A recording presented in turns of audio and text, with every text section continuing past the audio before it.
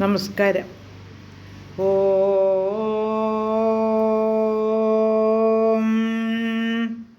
ഓം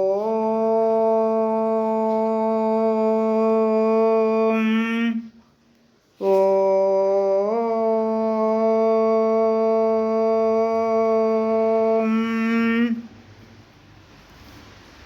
സർവമംഗളമംഗല്യേ ശിവേ സർവാർത്ഥസാധികേ ശരണ്യേ ത്രയംബകേ ഗൗരി നാരായണി നമോസ്തുതേ.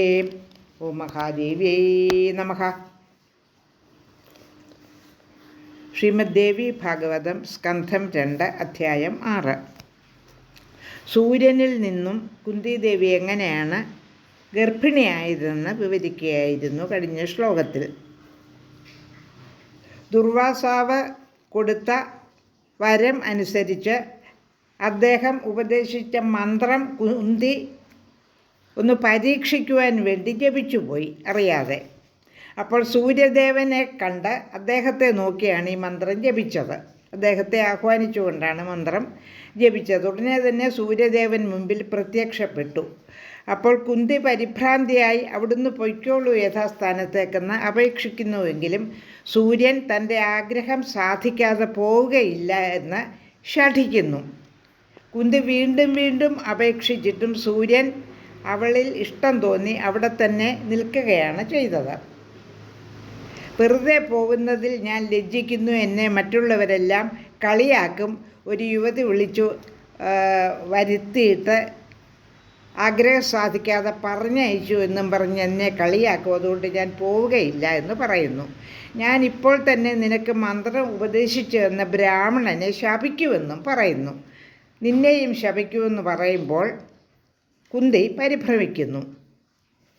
വീണ്ടും അവളോട് സൂര്യൻ പറയുകയാണ്, നിൻ്റെ കന്യാകത്വം ഒരിക്കലും നശിക്കുകയില്ല, വേറെ ആരും ഈ സംഭവം അറിയുകയുമില്ല, നിനക്ക് എനിക്ക് തുല്യനായ ഒരു പുത്രനുണ്ടാകുമെന്ന് പറയുന്നു.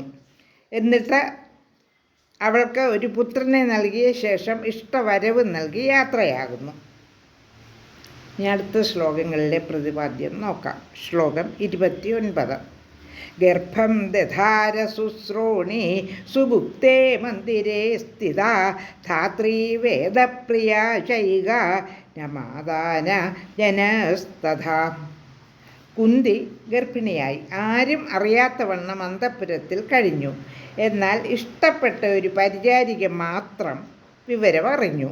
അമ്മ അറിഞ്ഞില്ല, മറ്റാരും അറിഞ്ഞില്ല. ശ്ലോകം 30.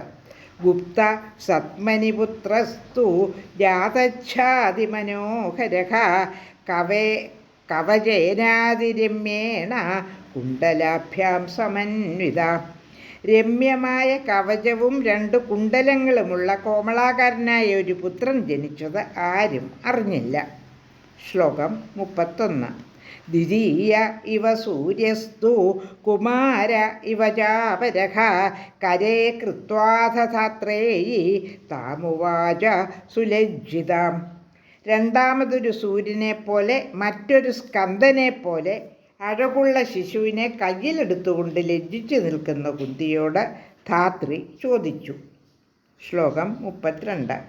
കാം ചിന്താം കരഭോരു ത്വമാധൽസ്യസ്ഥിതാസ്മ്യഹം മഞ്ജുഷായാം സുതം കുന്തി മുഞ്ചന്തി വാക്യമബ്രവീത്. സുന്ദരി, നീ എന്തിനാണ് ഇത്രയേറെ ചിന്തിക്കുന്നത്? ഞാൻ ഇവിടെ ഉണ്ടല്ലോ. കയ്യിലിരുന്ന കുഞ്ഞിനെ ഒരു പെട്ടിയിൽ കിടത്തിക്കൊണ്ട് കുന്തി പറഞ്ഞു. ശ്ലോകം 33. കിം കരോമി സുതാർത്താഹം ത്യജേത്വാം പ്രാണവല്ലഭം മന്ദഭാഗ്യാ ത്യജാമി ത്വാം സർവലക്ഷണ സംയുതം. കുഞ്ഞെ, ദുഃഖിതയായ ഞാൻ എന്തു ചെയ്യട്ടെ? എൻ്റെ പ്രാണപ്രിയനായ നിന്നെ ഞാൻ കൈവടിയുന്നു. മന്ദഭാഗ്യയായ ഇവൾ സർവലക്ഷണങ്ങളും തികഞ്ഞ നിന്നെ ഉപേക്ഷിക്കുന്നു. ശ്ലോകം 34. പാതുത്വാം സഗുണഗുണാ ഭഗവതി സർവേശ്വരീ ചാംബിക സ്തന്യം സൈവ ദദാതു വിശ്വജനനീ കാത്യായനീ കാമദ. ലക്ഷ്യേഹം മുഖപങ്കജം സുലളിതം പ്രാണപ്രിയാർഹം കഥാ ത്യക്ത്വാ ത്വാം വിജനെ വനേ രവിസുതം ദൃഷ്ട്വാ യഥാ സ്വൈരിണീം. സഗുണയും നിർഗുണയും സർവേശ്വരിയുമായ അംബികാ ഭഗവതി നിന്നെ രക്ഷിക്കട്ടെ. വിശ്വജനനിയും കാമതയുമായ കാത്യായനി തന്നെ നിനക്ക് സ്തന്യം നൽകട്ടെ. ദുഷ്ടയായ സൂര്യനെപ്പോലെ സൂര്യപുത്രനായ നിന്നെ വിജനമായ വനത്തിൽ ഉപേക്ഷിച്ചിട്ട് ഇനി ഞാൻ എന്നാണ് നിന്റെ അതിമനോഹരവും പ്രാണനേക്കാൾ പ്രിയങ്കരവുമായ മുഖകമലമൊന്ന് കാണുക. ശ്ലോകം 35. പൂർവസ്മിന്നപി ജന്മനി ത്രിജഗതാം മാതാ ന ചാരാധിതാ നധ്യാതം പദപങ്കജം സുഖകരം ദേവ്യാ ശിവായ അക്ഷിരം തേനാഹം സുത ദുർഭഗാസ്മി സതതം ത്യക്ത്വാ പുനസ്ത്വാം വനേ തപ്സ്യാമി പ്രിയപാതകം സ്മൃതവതി ബുദ്ധ്യാ കൃതം യൽ സ്വയം.